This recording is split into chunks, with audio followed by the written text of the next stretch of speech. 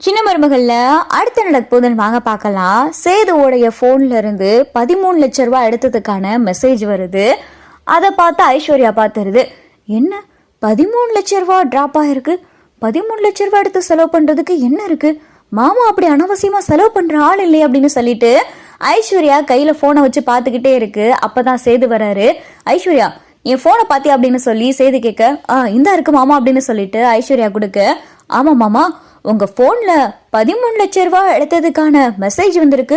13 லட்ச ரூபாய்க்கு என்ன செலவு அப்படின்னு சொல்லி ஐஸ்வர்யா கேட்க, அப்பதான் சேது சொல்லுவோமா வேணாமான்னு சொல்லி மனசுக்குள்ளே போட்டு புழுங்கிட்டு கிடக்காரு. அந்த 13 லட்ச ரூபாயில தான் தமிழ்ச்செல்விக்கு கார் வாங்கி கொடுத்திருக்காரு. ஆகா, கார் வாங்குறதுக்காக எடுத்த காசு அப்படின்னு சொல்லிட்டு, அது ஒரு செலவுனால எடுத்தேன், எனக்கு நேரமாச்சு, நான் கிளம்புறேன் அப்படின்னு சொல்லிட்டு மழுப்பியும் மழுப்பாமையும் பார்த்தா சொல்லியும் சொல்லாமையும் சேது அப்படி எஸ்கேப் ஆயிடுறாரு. 13 லட்ச ரூபாய் எப்படி, யாருக்கிட்ட கேட்டா உண்மை தெரியும் அப்படின்னு சொல்லிட்டு இதை எப்படி தெரிஞ்சுக்கிறது அப்படின்னு சொல்லிட்டு ஐஸ்வர்யா நேர ஈஸ்வரி கிட்ட போகுது. ஆண்டி உங்ககிட்ட ஒரு முக்கியமான விஷயம் பேசணும் அப்படின்னு சொல்லி ஐஸ்வர்யா வரவும், என்ன ஐஸ்வர்யா என்ன அப்படின்னு சொல்லி ஈஸ்வரி கேக்குது. இல்ல, சேது மாமா போன்ல இருந்து 13 லட்ச ரூபாய் எடுத்ததுக்கான மெசேஜ் வந்துச்சு. 13 லட்ச ரூபாய்க்கு என்ன செலவு? ஆமா, வீட்டுல எதுவும் ஃபங்க்ஷன் எதுவும் வரப்போதா அப்படின்னு சொல்லிட்டு ஐஸ்வர்யா கேட்க, இல்லையே, அப்படியெல்லாம் எதுவும் பேசிக்கிட்ட மாதிரி தெரியலே. ஆமா, அவனுக்கு 13 லட்ச ரூபாய்க்கு என்ன, ஆமா உங்ககிட்ட சொன்னானா அப்படின்னு சொல்லிட்டு ஈஸ்வரி கேட்க, அதை சொன்னா நான் ஏன் உங்ககிட்ட வந்து கேட்க போறேன்? நான் அதை கேட்டதுல இருந்து அவர் முகமே சரியில்லை, அப்படியே ஒரு மாதிரியா மாறிட்டாரு அப்படின்னு சொல்லிட்டு இங்க ஈஸ்வரி பேசிக்கிட்டு இருக்க நேரத்துலதான் வேகமா பார்த்தா சித்ரா நியூஸ் பேப்பரை கொண்டாட்டு ஓடியாருது. அம்மா அம்மா இங்க பாரு, இந்த நியூஸ பாரு அப்படின்னு சொல்லிட்டு சித்ரா கிட்ட, என்னடி என்ன அப்படின்னு சொல்லி ஈஸ்வரி கேட்டுக்கிட்டு இருக்கு. அந்த தமிழ்ச்செல்வி இருக்காளம்மா, அவளுக்கு ஜவுளி கடையில காரு பரிசா விழுந்திருக்காமா, 13 லட்ச ரூபா மதிப்புள்ள காராமா அப்படின்னு சொல்லிட்டு சித்ரா சொல்ல, அப்பதான் ஈஸ்வரிக்கு சந்தேகம் வருது. எங்கேயோ இடிக்குதே, 13 லட்ச ரூபா சேது அக்கௌண்ட்ல இருந்து எடுத்த மாதிரி மெசேஜ், இவளுக்கு 13 லட்ச ரூபா பரிசுக்கு காரு, 13 லட்ச ரூபா பரிசு விழுகிற அளவுக்கு எந்த கடடி அப்படி கொடுத்துக்கிட்டு இருக்காங்க அப்படின்னு சொல்லிட்டு ஈஸ்வரி கேட்க, மா இந்த கடை கூட உனக்கு தெரியுமே, நம்ம பெரியப்பா கூட அமைச்சரா இருந்தப்ப இந்த கடையை திறந்து வச்சாரு, உனக்கு ஞாபகம் இருக்கா? நம்ம எல்லாரும் கூட போனோமே அப்படின்னு சொல்லிட்டு இங்க சித்ரா சொல்ல, ஈஸ்வரி பார்த்தா கண்டுபிடிச்சிருது. ஹே ஐஸ்வர்யா, அந்த 13 லட்ச ரூபாய் எங்கேயும் போல, சேது ஏதோ ஒரு உள்குத்து செஞ்சு 13 லட்ச ரூபாய்க்கு காரை வாங்கி இந்த துணிக்கடை மூலமா அந்த தமிழ்ச்செல்விக்கு கொடுக்க வச்சிருக்கா. இந்த ஈஸ்வரி கணிச்ச கணிப்பு சரினா நீ தமிழ்ச்செல்வி கிட்ட கேட்கிற கேள்வியில எல்லா உண்மையும் தெரியும் பார் அப்படின்னு சொல்லிட்டு இங்க ஈஸ்வரி நல்லா ஐஸ்வர்யா தூண்டி விட, என்ன ஆண்டி சொல்றீங்க? அப்போ மாமா தான் தமிழ்ச்செல்விக்கு 13 லட்ச ரூபாய்க்கு கார் வாங்கி கொடுத்திருக்காரா அப்படின்னு சொல்லிட்டு ஐஸ்வர்யா கேட்க, அட என்ன ஐஸ்வர்யா, நீ வர வர இப்படி இழிச்சவாயா இருக்க?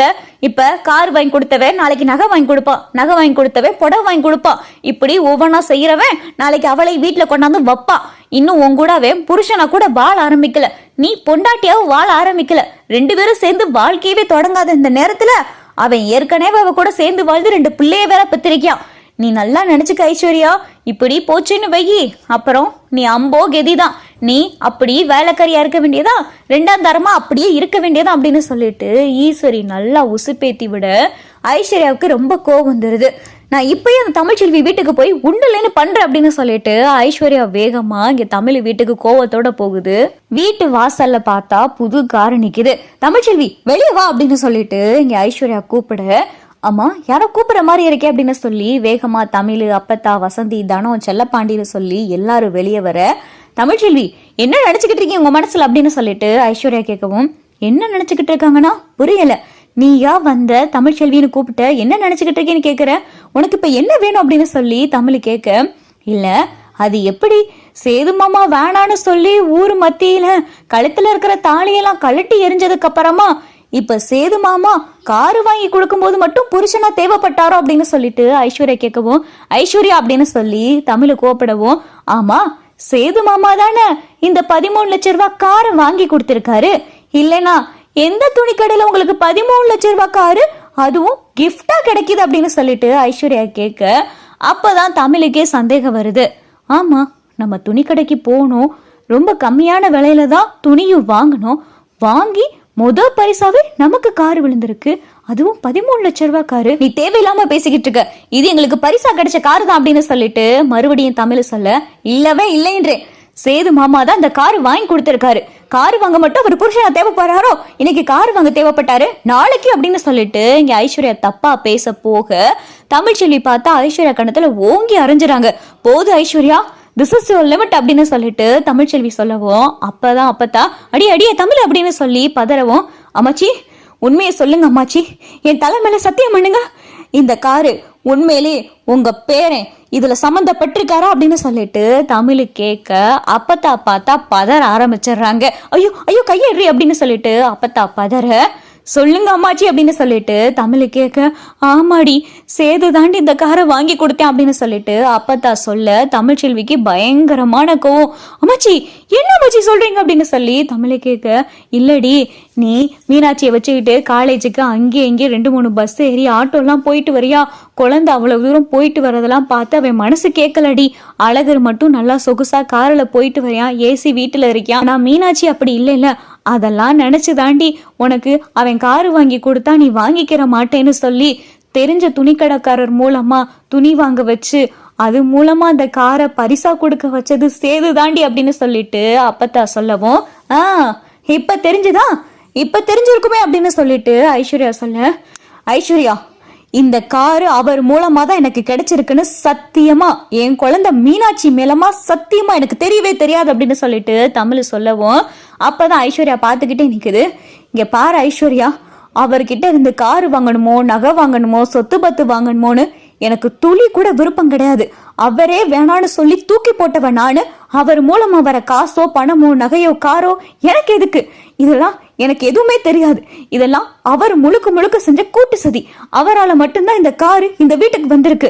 இந்த கார் அவருடையதுன்னு தெரிஞ்சதுக்கு அப்புறம் இதை நாங்க பயன்படுத்தோம்னு நினைச்சுக்கிட்டு இருக்கியா, இந்த அந்த கார் சாவி இதை கொண்டு போய் அவர்கிட்டே கொடு அப்படின்னு சொல்லிட்டு தமிழ்ச்செல்வி கோவத்துல அந்த கார் சாவியை தூக்கி கொடுக்க, அடியே வேணாண்டி சேது கோப்படுவாண்டி அப்படின்னு சொல்லிட்டு அப்பத்தா சொல்ல, என்ன கோப்படுவார் அம்மாச்சி, நீங்க திரும்ப திரும்ப என் கோபத்தை தூண்டிக்கிட்டு இருக்கீங்க. ஏற்கனவே பிள்ளையை தூக்கி இங்க கொடுத்தீங்கன்னு சொல்லி உங்க மேல நான் கோபமா இருக்கேன்.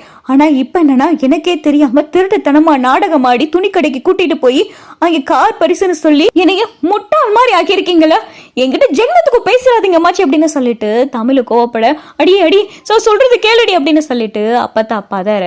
அப்பதான் ஐஸ்வர்யா கையில கார் சாவியை வச்சுக்கிட்டே நிக்கிது. என்னடி என்ன நின்னுக்கிட்டு இருக்க, போய் இந்த கார் சாவியை உன் புருஷன்கிட்டே கொடு அப்படின்னு சொல்லி அப்பத்தா சொல்ல, 13 லட்சம் ரூபாய் காரு, அதுக்காக இப்படி நான் விட்டுக்கிட்டு பாத்துக்கிட்டே இருக்க முடியுமா? இன்னைக்கு கார் வாங்கி கொடுக்கறவரு நாளைக்கு என்ன வேணாலும் செய்வாரு.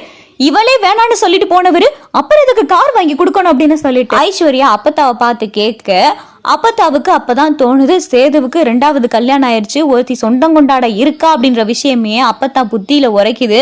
தப்பு தாண்டி அம்மா, தப்புதான். அவன் பிள்ளைக்காக செய்ய போய் இப்படி இந்த காருக்காக நீங்க வந்து சண்டை போடுற நிலைமை ஆகி போச்சு பாரு, இதை நான் சேது கிட்ட பேசிக்கிறேன் அப்படின்னு சொல்லிட்டு அப்பத்தான் ஐஸ்வர்யா கிட்ட கோவப்பட, ஐஸ்வர்யாவும் கோவத்துல கார் சாவியை வாங்கிக்கிட்டு இங்க சேது வீட்டுக்கு வந்துருது.